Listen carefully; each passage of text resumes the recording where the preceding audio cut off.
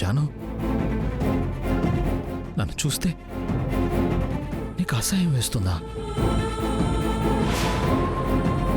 నా కూతురు నువ్వు అక్కర్లేదని చెప్తుంది కదా, చెప్తుంటే నీకు అర్థం కావట్లేదా? వెళ్ళకనుంచే.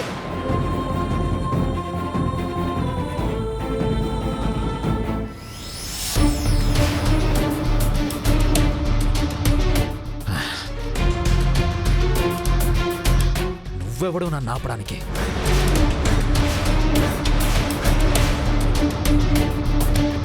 నేనెవర్నా?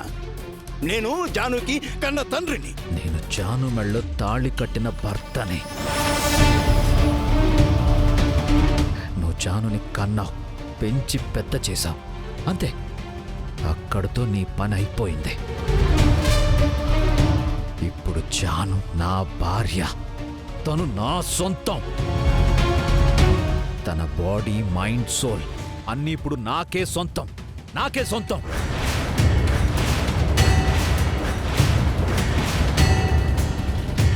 జాను,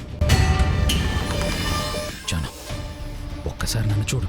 జాను, జాను, ఒక్కసారి నన్ను చూడు ప్లీజ్.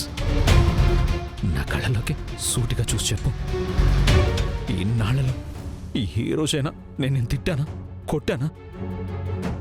అంతదాకా ఎందుకు? కోపంగా ఒక్క మాటైనా అన్నానా?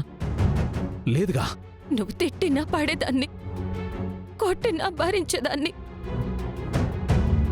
కానీ అతి ప్రేమ, అనుమానం, స్వార్థం, సైకోయిజం అన్ని కలిసిన ఒక పచ్చి అహంకారం ఇది.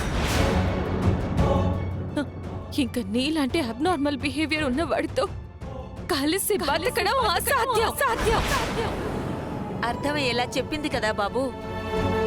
నీలాంటి మెంటల్ గాడితో కలిసి బతకాల్సిన కర్మ దానికేం పట్టలేదు. ఇక నువ్వు వెళ్ళొచ్చు. జాను, జాను, నన్ను ఎవరేమనుకున్నా ఐ డోంట్ కేర్. బట్ నువ్వు తప్పుగా అనుకుంటే అది మాత్రం నేను భరించలేను జాను. బాబు, నీకు చేతులెత్తి మొక్కుతాను బాబు. జాను రానంటుంది కదా, దయచేసి వెళ్ళిపో బాబు.